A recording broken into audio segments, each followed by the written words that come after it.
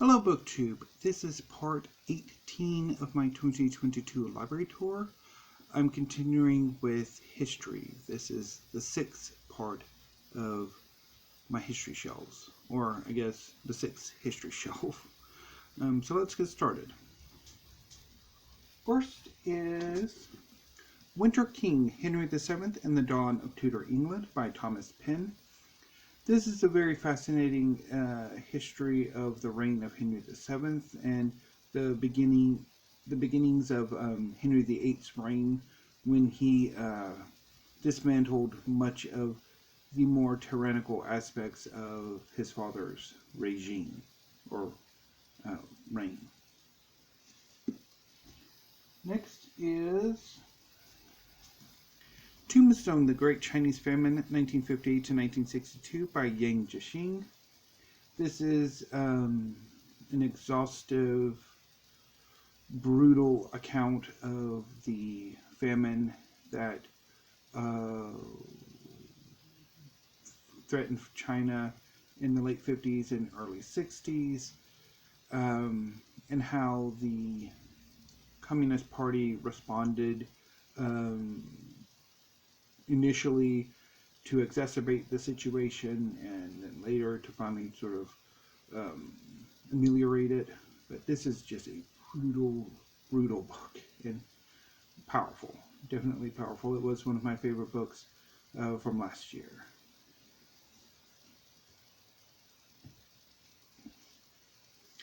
This is The Restless Kings, Henry II, His Sons, and the Wars for the Plantagenet Crown by Nick Barrett.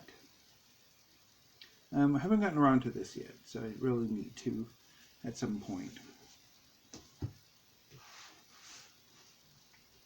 Next is The Husband Hunters, American Heiresses Who Married into the British Aristocracy by Anne de Courcy.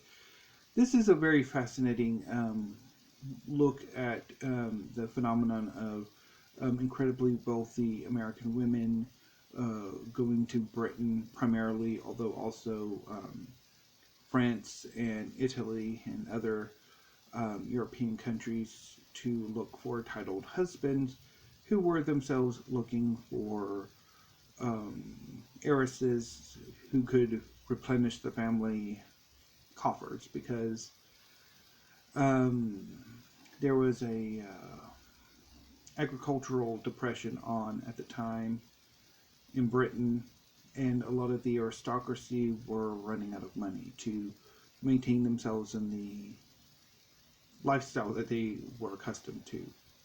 And of course, for not necessarily the young women who were marrying into the aristocracy, but for their mothers, having a titled daughter and a titled son-in-law allowed them to force their way into New York society, which for generations was dominated by a select few old families who could trace their ancestry back to not only old New York, but when old New York was New Amsterdam. So it's a very fascinating book. Next is Black Wave, Saudi Arabia, Iran, and the 40-year rivalry that unraveled culture, religion, and collective memory in the Middle East by Kim Gaddis. This is an amazing look at the last 50 years of history in the Middle East. I read it in 2019, I think, or maybe early 2020, and loved it. And when it came out paperback, I pre-ordered it immediately. I really love this book. Next is The Black Prince of Florence, The Spectacular Life and Treacherous World of Alessandro de' Medici by Catherine Fletcher. This is a wonderful biography of the first, I think he's the first Duke of Tuscany. He might be the first Grand Duke. One of the two. Because I know he became the first, titled Duke, basically, whose the control of Florence would pass on to his heirs had he not been assassinated shortly after his wedding, and then the title passed on to a cousin who I think eventually became Grand Dukes. But this is an amazing biography. It is really wonderfully done. Alessandro de' Medici is a very interesting figure in history, so yes, really enjoyed it. Next is Alessandro de' Medici's sister, Catherine de' Medici, Renaissance Queen of France by Niani Frida. I read this a few years ago from my local library and quite enjoyed it and wanted to have it in my collection, so I ordered this from Powell's City of Books a few years ago. Haven't gotten to it for a reread yet, but I will eventually. Next is another book by Ronald Hutton. This is The Triumph of the Moon, A History of Modern Pagan Witchcraft.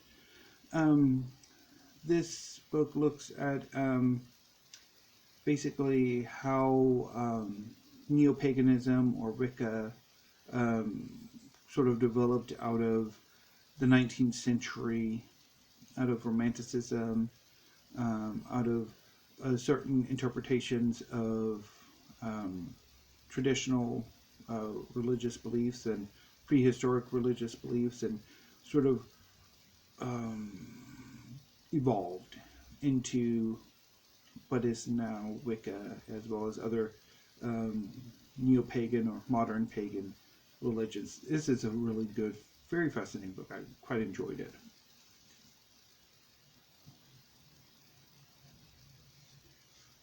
Next is Game of Queens, The Women Who Made 16th Century Europe by Sarah Gristwood. This is a history of a number of queens and regents who sort of were quite influential from the late 15th century into the early 16th century.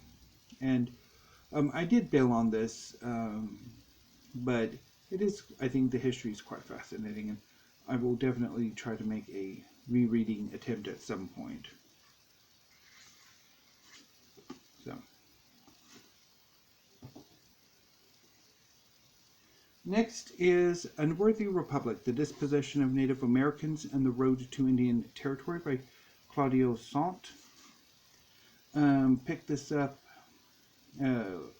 early last year through pre-order and haven't gotten around to it yet. I really need to.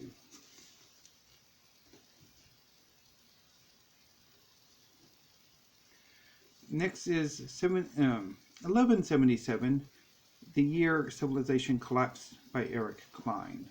This is a history of the Bronze Age collapse, and I ordered this from Princeton University Press when I first started ordering from university presses.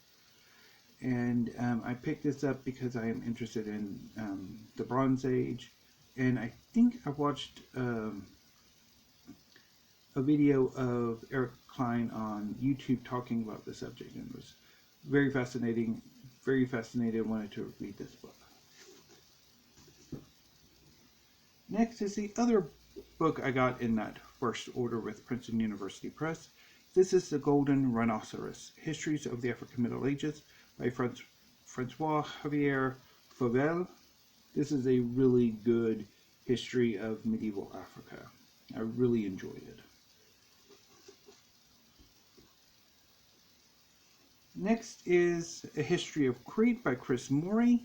This was one of the first books I ordered with the University of Chicago for their last great book sale.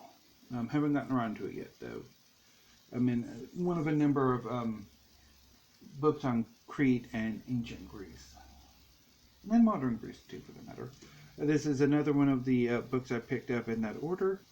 This is Lords of the Sea, A History of the Barbary Corsairs by Alan G. Jameson.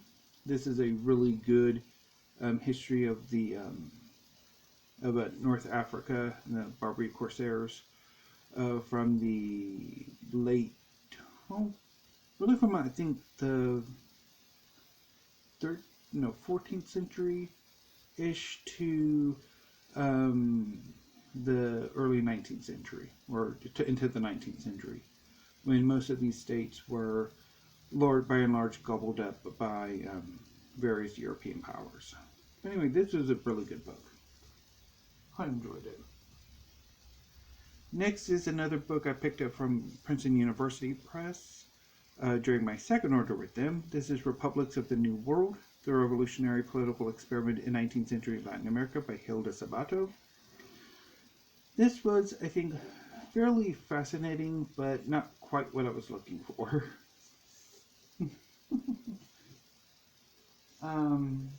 Next is The Woman Who Would Be King, Hatshepsut's Rise to Power in Ancient Egypt by Kara Cooney. This is a biography of Hatshepsut, one of the few kings of ancient Egypt who were women, or who was a woman. I'm not particularly fond of Kara Cooney's style. It's too... I don't know, there's just something about her style that doesn't sit right with me. And made it hard for me to really enjoy this book, even though I am a huge fan of Hatshepsut and quite interested in collecting biographies of her. Next is Connoisseurs and the Prophets of Modernism by Kathy Geer. This was one of the first books from University of Chicago that I picked up.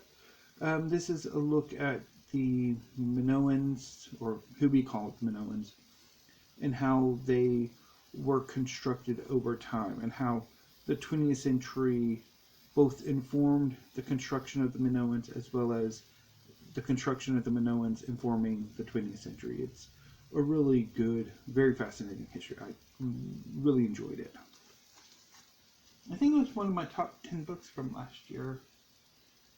Next is The Fall of the Ottomans, The Great War in the Middle East, 1914 to 1920 by Eugene Rogan. This is a history of the last years of the Ottoman Empire, primarily when the Ottomans were involved during World War I. And I quite enjoyed the book, although I wish more attention had been paid to the Ottomans and not so much to the British.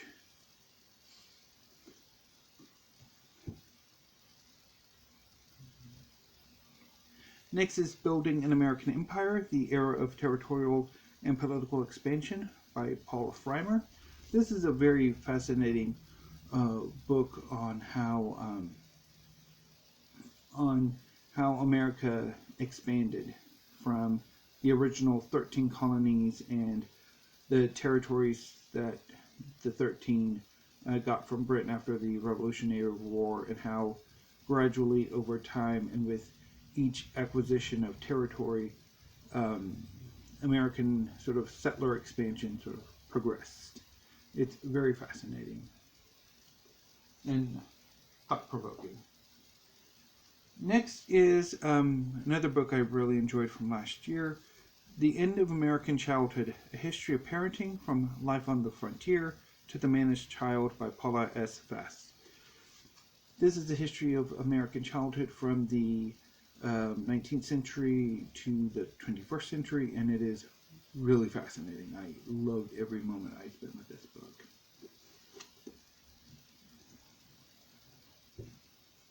Next is another one of my favorite books from last year, Sunny Days, The Children's Television Revolution That Changed America by David Camp.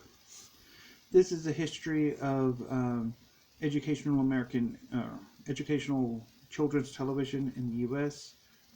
From really Sesame Street and Mr. Rogers' Neighborhood to to Zoom, Schoolhouse Rock, and a number of other educational shows from the late 60s and early 70s, and how these shows set themselves apart from early American children's television, even those that aspired for an educational purpose, and then into the 80s when children's television once again became little more than toy advertisements. Although, I mean, Sesame Street, Mr. Rogers, and a number of other shows were still around through PBS, but for the most part, it was mostly toy commercials. Anyway, but I really loved that book. It was great fun. Next is The Deviance War, The Homosexual versus the United States of America by Eric Cervini. This is the biography of, or history of, Frank Kameny, who was an astronomer who, due to his homosexuality, was fired from his position and who sued the United States government over it. Haven't gotten around to it yet. I was thinking of reading this in June, but we'll see.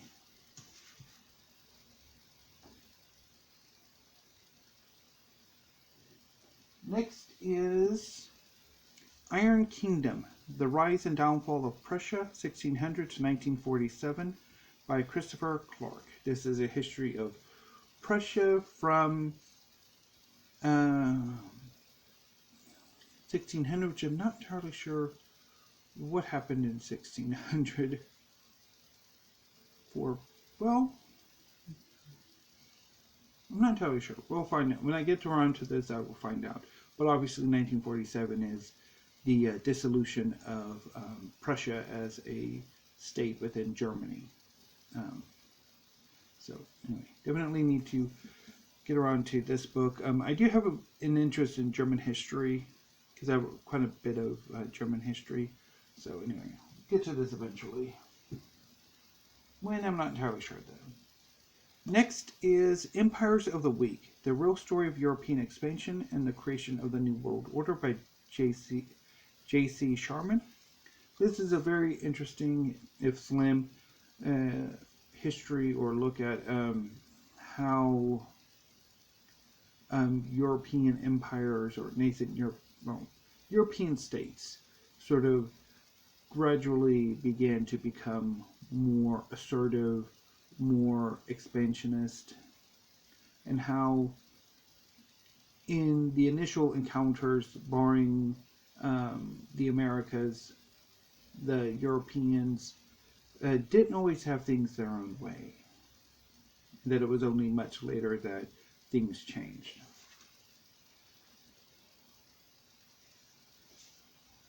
Next is The Heartbeat of Wounded Knee, Native America from 1890 to the present by David Truer. This is a fascinating look at the last 100+ years of Native American history. I read it in either late 2019 or early 2020 and quite enjoyed it and have been looking for it ever since. Next is Victoria the Queen, an intimate biography of the woman who ruled an empire by Julia Baird. This is a really fascinating biography of Queen Victoria. I quite enjoyed it.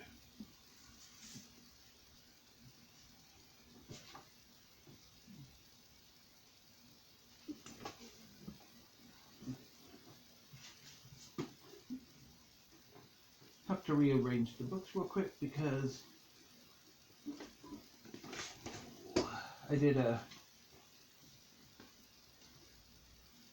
when I took the books off the shelves, the two piles of books I had were a little bit too big to really stand on their own. So next is Alexander Hamilton by Ron Chernow. This is the biography that inspired the musical Hamilton, as you can see from the cover. I want to say I tried this book a while ago and kind of passed on it, but quite interested to revisit it. Next is Unruly Waters, How Mountain Rivers and Monsoons Have Shaped South Asia's History by Sunil Amrath. I've had my eye on this book for quite a while. It's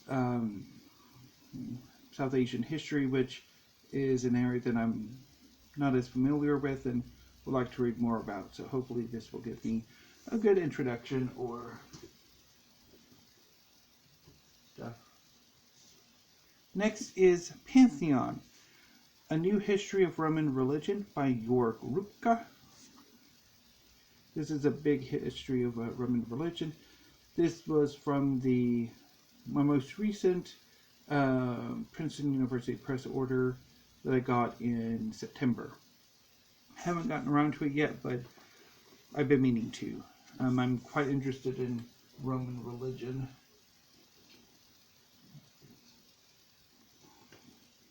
Next is another one of the books I got from that order. This is In the Land of a Thousand Gods, A History of Asia Minor in the Ancient World by Christian Merrick. So this is a history of Asia Minor, the peninsula that is now modern Turkey, but was in the ancient world, the Hittite Empire, later a number of states